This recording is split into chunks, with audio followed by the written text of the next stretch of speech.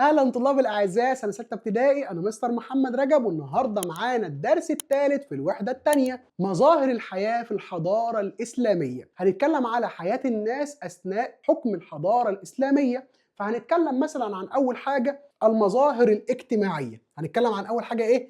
المظاهر الاجتماعيه. طيب بيقول لي المظاهر الاجتماعيه، المجتمع في عصر الحضاره الاسلاميه حياه الناس كانت قايمه على مجموعه من المبادئ. يعني الحضارة الإسلامية نظمت حياة المجتمع وحياة الناس على مجموعة من المبادئ. طب مبادئ زي إيه يا مستر؟ قال لي زي التكافل الاجتماعي. زي إيه؟ زي المساواة والعدالة بين الجميع. زي إيه كمان؟ زي حرية الاعتقاد والتعبير. يبقى الحياة الاجتماعية بتاعت الناس في ظل الحضارة الإسلامية كانت قايمة على مجموعة من المبادئ، زي التكافل الاجتماعي، زي المساواة والعدالة، زي حرية الاعتقاد والتعبير. طب يا مستر يعني ايه تكافل اجتماعي؟ تكافل اجتماعي يعني تضامن، تعاون، وحدة أفراد المجتمع في مواجهة المخاطر والتحديات المادية والمعنوية. يعني بنقف جنب بعض في الأخطار، بنقف جنب بعض في الظروف الوحشة. ده اسمه تكافل اجتماعي. يعني الغني يقف جنب الفقير بأن هو يديله الصدقات، يديله الزكاة. لو حد حصل عنده كارثه ولا مصيبه نلم من بعضنا ونحاول ان احنا نقلل الخسائر بتاعته. يبقى ده اسمه تكافل اجتماعي، ان الناس تتضامن وتتعاون مع بعضها في مواجهه المخاطر والتحديات الماديه والمعنويه. يبقى مظاهر الحياه الاجتماعيه في ظل الحضاره الاسلاميه كانت الحياه قايمه على 3 مبادئ. قايمه على ايه؟ التكافل الاجتماعي، يعني الوحده والتضامن والتعاون ما بين الناس. كمان قايمه على ايه؟ قايمه على المساواه والعداله بين الجميع، كل الناس زي بعضها، كله بياخد حقوقه ويعمل الواجبات اللي عليه. كمان حريه الاعتقاد والتعبير، كل واحد حر يعبد اللي يعبده والدين بتاعه هو حر فيه. يبقى حريه الاعتقاد والتعبير. طيب مين بقى اللي كان عايش في المجتمع الاسلامي؟ بيقول لي ان كان في عندنا 3 فئات موجوده في المجتمع الاسلامي. ال3 فئات ده هم كان ليهم حقوقهم وليهم واجباتهم. طيب زي مين يعني؟ قال لي زي مثلا اول فئه العرب. مين العرب دولت يا مستر؟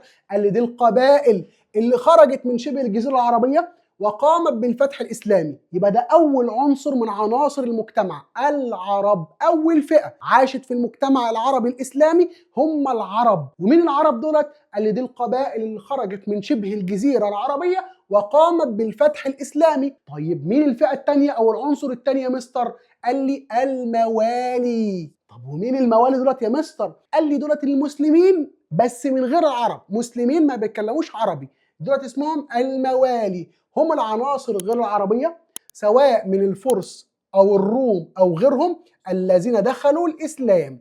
يبقى الناس او القسم الثاني او الفئه الثانيه اللي كانت عايشه في المجتمع العربي هي فئه الموالي. طب مين الموالي؟ هم الذين دخلوا الإسلام من غير العرب، سواء كانوا فرس أو روم أو غيرهم. الفئة الثالثة واللي كانت واخدة حقوقها برضه هم أهل الذمة. طب مين يا مستر أهل الذمة؟ هم المسيحيون واليهود. يبقى أهل الذمة دولت إيه؟ المسيحيين واليهود اللي كانوا عايشين في ظل حكم الدولة الإسلامية، ودولت المسلمين أحسنوا معاملتهم ومارسوا شعائرهم بحرية. المسيحيين واليهود في ظل الحضاره الاسلاميه كانوا عايشين معززين مكرمين، كانوا بيقوموا بالشعائر الدينيه بتاعتهم بحريه تامه، لا المسلمين بيجبروهم على الدين بتاعهم ولا حاجه. طيب هل المراه في المجتمع الاسلامي كانت واخده حقوقها؟ قال لي ايوه، بس قبل ما اقول لك وضع المراه في الاسلام وفي المجتمع الاسلامي تعال الاول نقارن ونشوف وضع المراه قبل الاسلام كانت عامله ازاي. بيقول لي ان المراه قبل الاسلام لم يتم مراعاة كامل حقوقها في شبه الجزيرة العربية قبل الإسلام. يبقى قبل الإسلام ما كانتش واخدة حقوقها. طيب إزاي يعني؟ قال لي كانت المرأة لا ترث، أبوها لو مات هي ملهاش تورث، جوزها لو مات ملهاش تورث، ابنها لو مات ملهاش تورث. وكانت تنتشر عادة وأد البنات في بعض المناطق، ان البنات بتدفن احياء، لان هم كانوا في بعض المناطق رمز للعار، فكان بيتم دفنهم احياء. يبقى قبل الاسلام المرأة في شبه الجزيرة العربية ما كانتش واخدة حقوقها. ليه؟ كانت لا ترث. كما انتشرت عادة وأد البنات في بعض المناطق. طيب ماشي. طب المرأة بقى يا مستر لما جه الإسلام خدت حقوقها؟ قال لي أيوه، ده الإسلام أول ما جه أبطل عادة وأد البنات وساوى بين الرجل والمرأة. يعني إيه يا مستر؟ يعني الإسلام جه حرم العادة بتاعت وأد البنات، قال ما تدفنش البنات أحياء. بتدفنوا البنات ليه؟ بتقتلوا البنات ليه؟ حرام طبعا. وكمان الإسلام ساوى بين الرجل والمرأة، قال طالما الرجل بيرث يبقى المرأة ترث، طالما الرجل بيملك يبقى المرأة تملك، هي مش بشر ولا إيه؟ يبقى هنا قام الإسلام بمنح المرأة حقوقها مثل حق الميراث، حق التعلم والعمل، حق امتلاك وإدارة أموالها. قال المرأة لها حق الميراث إن هي تورث، لها حق العمل، ولها حق التعلم، وكمان لها حق الامتلاك وإدارة أموالها كمان. يعني هي حرة في اللي تملكه وحرة في فلوسها براحتها خالص. يبقى ده المرأة فين؟ المرأة في المجتمع الإسلامي.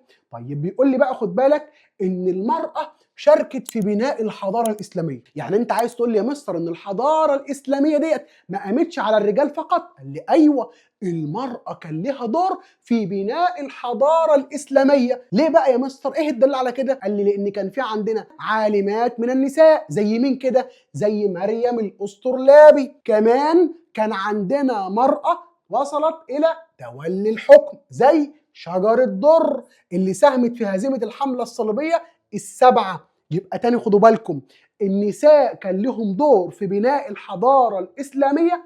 أيوة، ظهر من النساء العالمات زي مريم الأسطرلابي. وصل بعض النساء إلى حكم الدول الإسلامية زي شجر الدر اللي كان لها دور في هزيمة الحملة الصليبية السبعة. تعال احكي لكم دورها كان عامل ازاي. بيقول لي شجر الدر دي كانت متزوجة من مين؟ من السلطان الصالح نجم الدين أيوب. والصليبيين كانوا جايين خلاص يحتلوا مصر في الحملة الصليبية السبعة، وشجر الدر كانت متجوزة الصالح نجم الدين أيوب. فجأة الصالح نجم الدين أيوب مات لوحده كده. فشجر الدر كانت امرأة حكيمة، أخفت خبر وفاة الصالح نجم الدين أيوب. ليه؟ عشان لو الجنود المصريين في الوقت ده عرفوا إن القائد بتاعهم مات الروح المعنوية هتنخفض. فهنا شجر الدر أخفت الخبر بتاع وفاته وبدأت تعمل إيه؟ تمضي مكانه أي ورقة أكنه هو عايش بالظبط. فأخفت خبر وفاته عن القادة وعن الجنود، وأرسلت الأوامر والتعليمات باسمه أكنه هو اللي بيمضي على الورق. طبعا هنا ده ادى لانتصار المسلمين على الحمله الصليبيه السبعه في معركه المنصوره. وقاده الجيش والجنود لما عرفوا اللي هي عملته قالوا لها انت امراه عظيمه، انت تستحقي تتولي حكم مصر. وفعلا مسكت حكم مصر 80 يوم. يبقى تاني، شجر الدر كانت متجوزه من مين؟ من الصالح نجم الدين ايوب، احد سلاطين الدوله الايوبيه. الصالح ده توفي في معركه مصيريه وهي معركه المنصوره. الصليبيين في الحمله الصليبيه السبعه جايين علينا واحنا كمسلمين متجهزين ليهم. فتوفي الصالح نجم الدين ايوب، فاخفت شجر الدر خبر وفاته عن القاده والجنود، وارسلت الاوامر والتعليمات باسمه، مما ادى لانتصار المسلمين على الحمله الصليبيه الكام؟ السبعه. تمام كده؟ طيب ماشي، نيجي بقى للمظاهر السياسيه. يعني ايه المظاهر السياسيه؟ يعني نظام الحكم. طب نظام الحكم يا مستر قبل الاسلام ولا بعد الاسلام؟ قال لي تعالى نعرف قبل الاسلام ونعرفه برضه بعد الاسلام. فبيقول لي ان الاوضاع السياسيه في شبه الجزيره العربيه قبل الاسلام كانت بتعتمد على النظام الايه؟ القبلي. احنا قلنا قبل كده ان النظام السائد في شبه الجزيره العربيه كان النظام القبلي، يعني كان عباره عن قبائل، كل قبيله لها شيخ بيحكمها. يعني ما كانوش دوله واحده لها حاكم واحد، لا، كانت قبائل وكل قبيله لها ايه؟ اللي بيحكمها وخلاص على كده. يبقى ده اسمه النظام القبلي. ده اللي كان موجود قبل الاسلام. لكن بعد الاسلام هتتأسس الدولة الإسلامية على إيد مين؟ على إيد الرسول صلى الله عليه وسلم. فهيكون المسلمين لهم إيه؟ ليهم حاكم واحد بس. وهيبدأ مع اتساع الدولة الإسلامية هيبدأ يظهر النظام السياسي للدولة الإسلامية. بيتكون من حاجات كتيرة زي الخلافة، زي الوزارة، الولاة، الدواوين، القضاء، الجيش، والأسطول. يبقى ده النظام الإسلامي في الحياة السياسية أو الحياة السياسية في الحضارة الإسلامية. بيتكون من 6 حاجات: الخلافة، الوزارة، الولاة، الدواوين، القضاء، الجيش، والأسطول. طب تعالوا الأول حاجة لنظام الخلافة. نظام الخلافة ده هو يعني إيه؟ قال لي الخلافة نظام ظهر بعد وفاة الرسول صلى الله عليه وسلم. الرسول بعد ما مات صلى الله عليه وسلم بدأوا يقولوا مين اللي هيحكم المسلمين، فبدأوا يختاروا واحد يخلف الرسول في حكم المسلمين، فسموه نظام الخلافة، يعني واحد هيدير شؤون المسلمين بعد وفاة الرسول.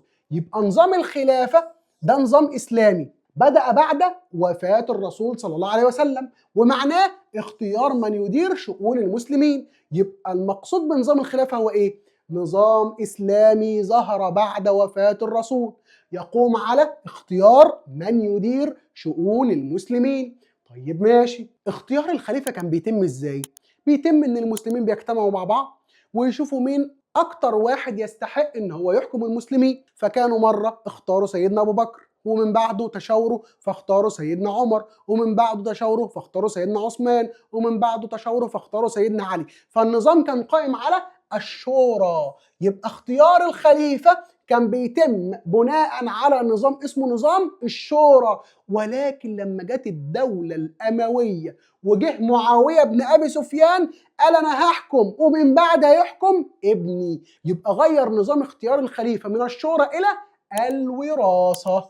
يبقى أصبح النظام وراثيا في عهد معاوية بن أبي سفيان أو في عهد الدولة الأموية. يبقى اختيار الخليفة كان بيتم بناء على نظام الشورى لغاية ما جه مين؟ جه معاوية بن أبي سفيان، غيروا الإيه؟ غيروا لنظام الوراثة. طيب الخليفة بقى مهمته إيه يا مستر؟ الخليفة ده زمان كان بيعمل إيه؟ قال لي الخليفة كان يدير شؤون الدولة. بيدير شؤون الدولة، هو اللي بيحكم الدولة وبيشوف ايه اللي يمشي وايه اللي ما يمشيش وايه اللي ينفع وايه اللي ما ينفعش، هو اللي بيدي الأوامر، هو اللي بيدي القرارات في الدولة. يبقى إدارة شؤون الدولة. من مهام الخليفة برضه تحقيق العدل والمساواة بين سكانها. من مهام الخليفة ان هو يحقق العدل ما بين الناس، من مهام الخليفة ان هو يحقق المساواة ما بين الناس. يبقى تحقيق العدل والمساواة بين سكانها. كمان من مهام الخليفة حماية حدود الدولة. يبقى إدارة شؤون الدولة، تحقيق العدل والمساواة بين سكانها، كمان حماية حدود الدولة، ان هو يحمي حدود الدولة من الأعداء، ده واجب على الخليفة، دي من مهام الخليفة. كمان من مهام الخليفة ان هو يختار ايه بقى؟ الوزراء والولاة والقضاة وقادة الجيش، هو اللي كان بيختار كل دول. يبقى تاني كده مهام الخليفة إدارة شؤون الدولة، تحقيق العدل والمساواة بين سكانها، حماية حدود الدولة، اختيار الوزراء والولاة والقضاة وقادة الجيش. تمام؟ تمام. طيب نيجي للمنصب الثاني وهو منصب الوزارة. الخليفة كان بيبقى محتاج واحد يساعده، كان بيبقى اسمه الوزير. طب امتى ظهر منصب الوزارة يا مستر؟ قال لي ظهر منصب الوزارة كمنصب رسمي، يعني بقى في واحد كده بعينه اسمه الوزير فلان في عصر الدولة العباسية. يبقى ظهر منصب الوزارة بشكل رسمي، بقى في واحد اسمه الوزير، والوزير ده هو بقى بيساعد الخليفة في إدارة شؤون الدولة. امتى؟ قال لي في عصر الدولة العباسية. طب مهام الوزير ايه؟ مهام الوزير الإشراف على النظام الإداري للدولة، يعني هو اللي بيشرف على الحكومة، متابعة عمل الدواوين، الدواوين اللي هي الوزارات. طيب ماشي، يبقى تاني الوزارة ظهر منصب الوزارة بشكله الرسمي في عصر مين؟ اللي في عصر الدولة العباسية. طب الوزير ده أهميته إيه؟ متابعة النظام الإداري للدولة، يعني هو اللي بيشرف على الحكومة. طيب كمان من مهام الوزير إيه؟ متابعة عمل الدواوين، هو اللي بيتابع عمل الدواوين يعني عمل الوزارات. شوف وزارة المالية بتعمل ايه، ويشوف وزارة الصحة بتعمل ايه، ويشوف وزارة الداخلية بتعمل ايه، هو اللي بيتابع الكلام ده كله. طيب ماشي، يجي بعد الوزارة الولاية. الايه؟ الولاية. لما جه سيدنا عمر بن الخطاب قسم الدولة الإسلامية إلى ولايات وجعل على كل ولاية والي. يعني مثلا النهارده مصر متقسمة إلى محافظات، كل محافظة ليها محافظ. زمان بقى في الدولة الإسلامية كانت كبيرة قوي، فتم تقسيمها إلى ولايات وجعل على كل ولاية إيه؟ والي. فبيقول لي الولاة هم حكام الأقاليم الإسلامية ويشبه منصب المحافظ حاليا. تمام كده؟ طب مين اللي أنشأ منصب الولاية ده يا مستر؟ اللي أنشأه سيدنا عمر بن الخطاب. يبقى نظام الولاية اللي أنشأه سيدنا عمر بن الخطاب. قلنا لما لقى الدولة الإسلامية كبيرة راح مقسم الدولة الإسلامية إلى ولايات وجعل على كل ولاية والي. طيب ماشي، لو انا بقى زمان عايز ابقى والي في شروط؟ قال لي اه طبعا في شروط. لازم أن يكون الوالي عنده علم، ولازم أن يكون عنده عدل، ولازم أن يكون عنده امانه وحسن خلق. يبقى شروط تعيين الوالي العلم والعدل والامانه وحسن الخلق. تاني كده ايه؟ العلم والعدل والامانه وحسن الخلق. يبقى تاني، مين الولاة دولت يا مستر؟ قال لي الولاة هم حكام اقاليم الدوله الاسلاميه. منصب الوالي كان بيشبه النهارده منصب المحافظ. مين اللي انشأ منصب الولايه دوت؟ سيدنا عمر بن الخطاب. طب ايه شروط اختيار الوالي؟ العلم والعدل والامانه وحسن الخلق. طب يا مستر مهام الوالي ايه؟ هو انا لو مسكت والي ايه مهمتي يعني؟ قال لي مهمه رقم واحد اداره شؤون الولايه، ان انت تدير شؤون الولايه بتاعتك. الولايه اللي انت مسكتها تشوف متطلباتها وتدير شؤونها. كمان قياده جيشها، لو حصل حرب او هجوم على الولايه بتاعتك انت بتقود الجيش بتاع الولايه ضد الاعداء.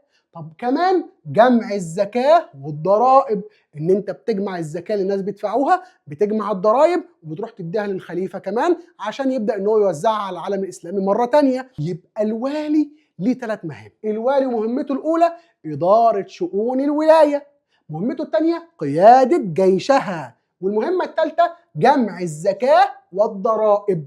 يبقى اداره شؤون الولايه، جمع الضرائب والزكاه، قياده جيشها. طيب ماشي، رقم 4 معانا ايه بقى؟ رقم 4 يا سنة 6 الدواوين. الايه؟ الدواوين. طب يعني ايه يا مستر دواوين؟ قال لي الدواوين مكان بتحفظ فيه سجلات الدولة. يعني النهارده كده اللي هي الوزارات. احنا قلنا الدواوين يعني الايه؟ الوزارات، مكان بتحفظ فيه سجلات الدولة. وكلمة الدواوين يا سنة 6 كلمة فارسية معناها السجل أو الدفتر. يعني هنا في الدولة الإسلامية زمان كانت كل حاجة سايحة على بعضها، فجاء عمر بن الخطاب رضي الله عنه وارضاه قال كل حاجة هعمل لها ديوان، هيبقى فيه سجل ليها هيتكتب فيه كل حاجة خاصة بالمجال ده. فعمل ديوان للجند، مكان فيه موظفين وفيه سجلات خاصة بالجنود، أسماء الجنود، مرتبات الجنود، وظائف الجنود، دي وزارة خاصة بالجنود. عمل كمان ديوان خاص ببيت المال، الفلوس جايه لنا منين والمصادر بتاعتها ايه، بنصرف الفلوس ديت على ايه وعلى ايه وعلى ايه. يبقى ده خاص بديوان بيت المال زي وزارة المالية كده.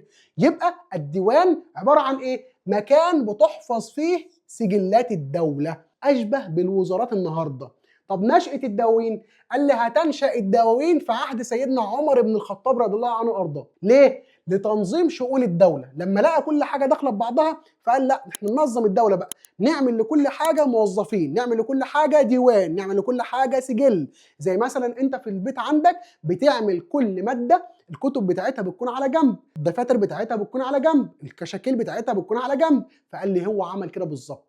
يبقى سيدنا عمر بن الخطاب أنشأ الدواوين. طب أنشأ الدواوين ليه؟ لتنظيم شؤون الدولة. يبقى سيدنا عمر بن الخطاب هينشئ الدواوين لتنظيم شؤون الدولة، مثل ديوان الجند، مثل ديوان بيت المال. يبقى من الدواوين اللي أنشأها عمر بن الخطاب ديوان الجند وديوان بيت المال. يبقى ده كان في عصر الخلفاء الراشدين. في عصر الدولة الأموية الدواوين هيزيدوا ديوان، اللي هو ديوان البريد، وده الديوان اللي هيكون مسؤول عن الرسائل اللي رايحه والرسائل اللي جايه، ديوان البريد في عصر الدوله الايه؟ الامويه. طيب ماشي، نيجي لنظام القضاء في الدوله الاسلاميه. نظام ايه؟ القضاء في الدوله الاسلاميه. بعد ظهور الاسلام اول واحد حكم ما بين الناس كان الرسول صلى الله عليه وسلم. عشان كده الرسول صلى الله عليه وسلم هو أول قاضي في الإسلام. أول واحد حكم ما بين الناس كان الرسول صلى الله عليه وسلم. فأول قاضي في الإسلام مين؟ الرسول صلى الله عليه وسلم. طيب في عهد الخلفاء الراشدين لما اتسعت الدولة الإسلامية سيدنا عمر بن الخطاب عمل نظام للقضاء. ليه؟ قال لي بسبب اتساع الدولة. يبقى الدولة لما بقت واسعة قوي فقال مش هينفع يبقى في قاضي واحد بس، ده أنا الدولة بسبب وسعها هخلي لكل ولاية قاضي يكون له مهام محدده، يحكم بالعدل ما بين الناس ويفصل في النزاعات. يبقى سيدنا عمر بن الخطاب رضي الله عنه وارضاه لما حكم المسلمين لقى الدوله في عهده وسعت، فقال مش هينفع الدولة كلها يكون لها ايه؟ قاضي واحد. طب اعمل ايه؟ جعل لكل ولاية قاضي بمهام محددة. يبقى سيدنا عمر بن الخطاب هيعمل نظام للقضاء. ليه؟ قال لي بسبب توسع الدولة وجعل لكل ولاية قاضي له مهام محددة. طيب ماشي. طيب لو رحنا بقى للجيش والاسطول يا مستر، قال لي هنلاقي ان الجيش والاسطول اتطوروا في عصر الدولة الإسلامية. طب اتطوروا ازاي؟ قال لي تعالى. بعد ظهور الإسلام بدأ الرسول صلى الله عليه وسلم يهتم بتدريب الجيش وتسليحه. يبقى هنا بعد ظهور الإسلام الرسول صلى الله عليه وسلم والمسلمين اهتموا بتدريب الجيش واهتموا بتسليحه، لأن احنا عارفين ان كان في أخطار من أيام الرسول صلى الله عليه وسلم على المسلمين، زي قريش مثلا لما كانت بتجهز جيوش عشان تحارب المسلمين. يبقى بعد الإسلام اهتم المسلمين بتدريب الجيش وتسليحه منذ عهد الرسول صلى الله عليه وسلم. طيب في عصر الخلفاء الراشدين ايه اللي حصل؟ قال لي تم تأسيس الأسطول. أسسنا ايه؟ الأسطول. يعني ايه الأسطول يا مستر؟ يعني جيش، بس جيش في البحر. عملنا سفن وفيها جنود من المسلمين عشان يحاربوا في البحر. طب مين اللي عمل الأسطول ده؟ اللي عمله سيدنا عثمان بن عفان. طب ليه عمل أسطول يا مستر؟ قال لي عشان يدافع عن الحدود البحرية للدولة وصد هجمات ناس اسمهم البيزنطيين اللي هم الروم. يبقى الروم او البيزنطيين كانوا بيحاولوا يحاربوا المسلمين من ناحيه البحر، فسيدنا عثمان بن عفان قال لازم أن يكون لنا اسطول، يعني جيش في البحر، عشان يدافع عن الحدود البحريه للدوله الاسلاميه. يبقى سيدنا عثمان بن عفان اسس الاسطول. طب ليه؟ ليدافع عن الحدود البحريه للدوله الاسلاميه ويصد هجمات البيزنطيين. طيب تعالوا بقى يا سنة 6 نروح مع بعض للمظاهر الاقتصادية في الحضارة الإسلامية. وطالما قلنا مظاهر اقتصادية يبقى احنا هنتكلم في 3 حاجات أساسيين. هنتكلم عن الزراعة، هنتكلم عن الصناعة، هنتكلم على التجارة. تعالوا الأول حاجة كده للزراعة. فبيقول لي إن المسلمين اهتموا بالزراعة. طب اهتموا بالزراعة عملوا إيه يا مستر؟ قاموا ببناء السدود. عملوا سدود. طب ليه؟ لتخزين المياه عشان يستخدموها بعد كده في الزراعة. وشقوا الترع واستصلحوا الأراضي. يبقى المسلمين هنا اهتموا بالزراعة؟ أيوة. طب عملوا إيه؟ قاموا ببناء السدود. ليه؟ لتخزين المياه. وشقوا الترع واستصلحوا الأراضي. يبقى قاموا ببناء السدود لتخزين المياه وشقوا الترع واستصلحوا الأراضي. كمان المسلمين قاموا ببناء المقاييس على الأنهار. عملوا مقاييس زي ده كده يقيسوا منسوب المية في النهر عشان يحددوا ارتفاع المية، فيقدروا يحددوا الأراضي اللي هتتزرع، زي مقياس النيل في جزيرة الروضة بالقاهرة. يبقى في الزراعة اهتم المسلمين بالزراعة فقاموا ببناء السدود. ليه؟ عشان يخزنوا المية. وشقوا الترع واستصلحوا الأراضي. وقاموا ببناء المقاييس على الأنهار زي مقياس النيل في جزيرة الروضة بالقاهرة. طيب لو رحنا يا مستر للصناعة، هل الصناعة اتطورت في عصر الحضارة الإسلامية؟ أيوة الصناعة اتطورت. طب إيه هي أهم الصناعات اللي كانت موجودة في الحضارة الإسلامية يا مستر؟ اللي عندنا صناعات كتيرة زي الصناعات القائمة على الخشب، صناعات كمان خاصة بالمنسوجات بالأقمشة، يعني صناعات كمان خاصة بالزجاج. يبقى كان في كتير من الصناعات اللي موجودة في الدولة الإسلامية، صناعات خشبية، صناعة المنسوجات، صناعة الزجاج، كل دي صناعات كانت موجودة في الدولة الإسلامية والدولة الإسلامية كانت مشهورة بيها. كمان ظهرت طوائف الحرف لتنظيم الصناعة في كل ولاية إسلامية. يعني إيه طوائف الحرف يا مستر؟ يعني كل أصحاب حرفة أو كل أصحاب مهنة بيعملوا طائفة، والطائفة دايما بيكون لهم كبير الطائفة أو شيخ الطائفة بيوصل مشكلاتهم للحكومة وبيوصل أوامر الحكومة والدولة ليهم. يعني مثلا نفترض إن في عندنا نجارين، النجارين دول كلهم بيبقوا اسمهم طائفة النجارين، وبيكون ليهم كبير الصنعة بتاعت النجارة اللي هو شيخ النجارين أو كبير النجارين. لو النجارين عندهم مشكلة هيعملوا إيه؟ هيروحوا كلهم يشتكوا للدولة؟ لا، بيقولوا للكبير بتاعهم، والكبير بتاعهم يوصل اللي هم عايزينه الحكومة. طب الحكومة بقى في الوقت ده لو عايزة تدي أوامر للنجارين تعمل إيه؟ هتروح للنجارين نجار نجار؟ لا، بتبلغ كبيرهم بالأوامر اللي هي عايزاها وهو يبلغهم واحد واحد. يبقى كده نظام اسمه نظام طوائف الحرف، كل حرفة كانت بالشكل ده. طب ليه النظام ده كان معمول يا مستر؟ قال لي لتنظيم الصناعة في كل ولاية إسلامية. يبقى ظهرت طوائف الحرف لتنظيم الصناعة في كل ولاية إسلامية. طيب ماشي، يبقى الصناعة كان في كتير من الصناعات اللي اشتهر بها المسلمين زي الخشب، زي المنسوجات، زي الزجاج، وظهرت طوائف الحرف لتنظيم الصناعة في كل ولاية إسلامية. طيب ماشي، نيجي بقى للتجارة. ازدهرت التجارة في عصر الدولة الإسلامية؟ قال لي أيوة. طب ليه؟ ليه التجارة ازدهرت؟ قال لي لما أنت بتيجي تتاجر، بتتاجر بإيه؟ يا إما حاجات مزروعة يا إما بحاجات مصنوعة، والزراعة عندنا في الدولة الإسلامية كانت حلوة والصناعة كانت حلوة، يبقى التجارة أكيد هتبقى حلوة. يبقى التجارة بقت حلوة ليه؟ بسبب ازدهار الزراعة والصناعة، يبقى بسبب ازدهار الزراعة والصناعة. كمان لما أنا أجي أتاجر وهمشي بالبضاعة بتاعتي وراس مالي هيكون معايا على الطريق، لازم يكون في أمن وأمان عشان أقدر أتاجر. يبقى اللي التجارة برضو ازدهرت بسبب انتشار الأمن والأمان. يبقى ازدهار الزراعة والصناعة وانتشار الأمن والأمان. ازدهار الزراعة والصناعة وانتشار الأمن والأمان. وكمان الاهتمام بالطرق التجارية عشان التاجر يعرف يتاجر بسهولة. مهدنا له الطريق بتاع التجارة بتاعه عشان يتاجر، عشان يبيع ويشتري بسهولة، عشان ما يكسلش عن التجارة بتاعته. كمان بيقول لي خد بالك بقى ان من اسباب ازدهار التجارة هو اخلاق التجار المسلمين وامانتهم. فالتاجر لما يكون اخلاقه حلوة وامين، التجارة بتاعته هتتباع بسرعة. وقال لي خد بالك ان الاخلاق بتاعت التجار المسلمين وامانتهم كانت سبب في نشر الاسلام. تاجر بيبيع ويشتري، بس تاجر لا بيكذب ولا بيخدع وامين في البضاعه بتاعته. فالناس بدات تساله انت ليه ما بتغشش زي باقي التجار يا تاجر يا مسلم انت؟ قال عشان الدين الاسلامي بيامرني بكده. فبدا الناس يتعرفوا على الدين الاسلامي وبداوا ان هم يخشوا الاسلام. يبقى اخلاق التجار المسلمين وامانتهم كانت سبب في نشر الاسلام في افريقيا وجنوب شرق اسيا. يبقى تاني كده، التجاره ازدهرت. ايوه، ازدهرت ليه؟ قال لي ازدهرت بسبب ازدهار الزراعه والصناعه، ازدهرت بسبب انتشار الامن والامان، ازدهرت بسبب الاهتمام بالطرق التجاريه، ازدهرت بسبب اخلاق التجار المسلمين وامانتهم. واخلاق التجار المسلمين نتج عنها برضو نشر الاسلام في افريقيا وجنوب شرق اسيا. طيب تعالوا نشوف بعض الاسئله على الجزء ده. بيقول لي من المبادئ الاجتماعيه في الحضاره الاسلاميه ايه؟ مبادئ زي ايه كده؟ قال لي زي مثلا التكافل الاجتماعي. التكافل الاجتماعي زي المساواة والعدالة وغيرها طبعا. شاركت المرأة في بناء الحضارة الإسلامية فظهرت العالمات زي مين كده؟ زي طبعا مريم الأسطرلابي. طيب ماشي، هزمت الحملة الصليبية السبعة في مصر في معركة إيه؟ قلنا في معركة المنصورة. ماشي.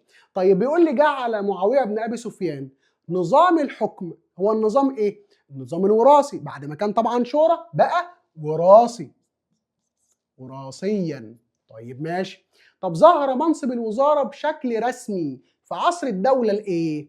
قال لي الوزارة ظهرت بشكل رسمي في عصر الدولة العباسية. طيب ماشي. أنشئ ديوان البريد في عصر الدولة أنهي؟ في عصر الدولة إيه؟ في عصر الدولة الأموية. طيب أنشأ نظام الولاية في عصر الدولة الإسلامية في عهد الخليفة مين؟ نظام الولاية اتعمل في عهد سيدنا مين؟ في عهد سيدنا عمر ابن الخطاب. ماشي. طيب قام عمر بن الخطاب بإنشاء الدواوين لتنظيم شؤون الدولة، زي ديوان إيه وديوان إيه؟ قلنا زي ديوان الجند، زي ديوان بيت المال. طيب ماشي. ساهمت أخلاق التجار المسلمين وأمانتهم في نشر الإسلام في أفريقيا وإيه؟ في أفريقيا وفي جنوب شرق آسيا. وبكده يا حبايبي خلص الدرس بتاعنا النهارده. ما ننساش نعمل اشتراك في القناة ولايك للفيديو وسلام.